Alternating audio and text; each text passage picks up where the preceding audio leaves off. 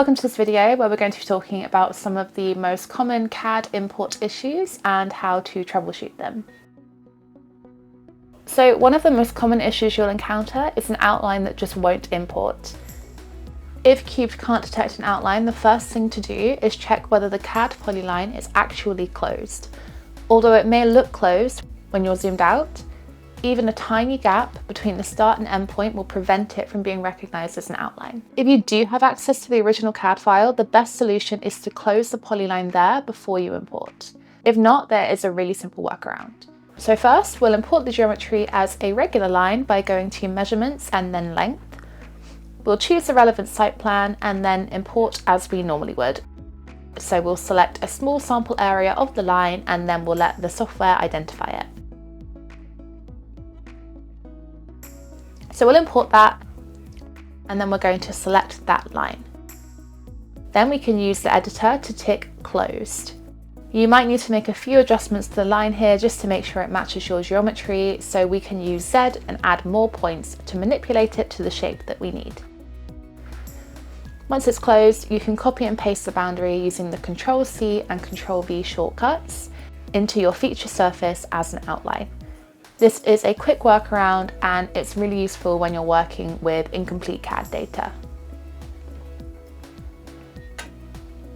Another issue we see quite regularly is contour lines importing without any elevations. Usually this problem isn't with Cubed itself, it just means that the CAD file doesn't contain any Z values. This often happens when a drawing has been flattened before being shared or when it has been converted from another format such as a PDF.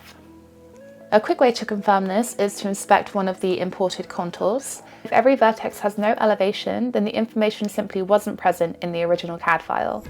Unfortunately, if the CAD file contains no elevation data, Kubla Cubed can't recreate it automatically. However, if you do know the contour values, you can assign them manually or by using the Set Multiple Elevations tool. So we'll go to Tools or the hammer and spanner icon here, and we'll select Set Multiple Elevations.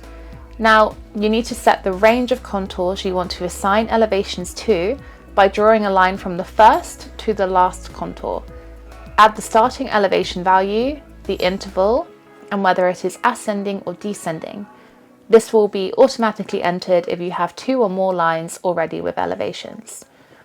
This can make the process a lot easier than typing an elevation for every single contour. Now, points can behave slightly differently. Even when the CAD points themselves don't contain Z elevations, the elevations are often still available to extract from the nearby text labels. In the CAD importer, change the elevation source from position Z to nearby text or text value. Cubed will attempt to match each point with the closest elevation label. As always, it's a good idea to review your imported points afterwards just to make sure the text has been matched correctly, especially if your drawing is busy or contains overlapping elevations. Sometimes you'll import a break line and notice that every vertex has the exact same elevation. This usually means the CAD drawing uses a placeholder value rather than storing the actual elevations. Instead of manually clearing every point, you can tell Kubla Cubed to convert that placeholder value to not set during the import. So change the value from 0, which is the default, to the relevant elevation value. So in this case, it's 171. Doing this means that all 171 elevations will import without any elevation set. And once these have been removed, you only need to define the key levels, which will allow all of your remaining vertices to interpolate automatically. This is much easier than editing dozens or sometimes hundreds of points individually. Another issue we have is sometimes the importer just finds too much data.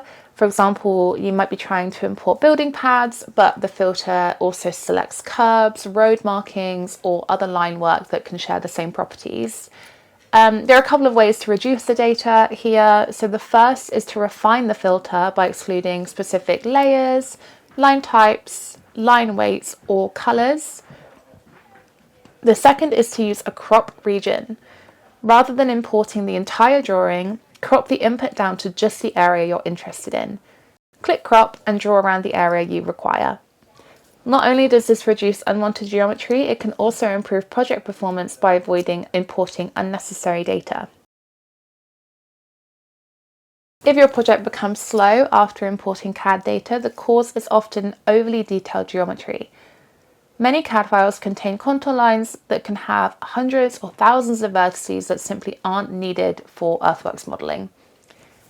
Before importing, consider using the simplify option. So just click simplify, adjust the slider as you wish, and when we zoom in, we can see the line definition reduce. Doing this will keep your terrain surface accurate while improving performance and calculation speed, and the detail loss is minimal. For larger projects, importing the area you're actively working on as opposed to the whole site plan can also make a really noticeable difference. As we mentioned previously, it can be worth using the crop function to isolate a specific area of the plan. So when something doesn't import as expected, it's worth asking a few simple questions. Are your drawing units and scale correct? Does the geometry actually contain elevation data? Is the outline fully closed? Am I importing the correct CAD layer? Can my filter be refined? And would importing a smaller area produce a cleaner result? Working through these checks should solve the majority of CAD import issues before you need to investigate further. Thanks for watching. I hope these tips help you tackle any CAD issues you might have. If you do have any questions, feel free to pop them in the comments or over on our forum, and I will see you in the next video.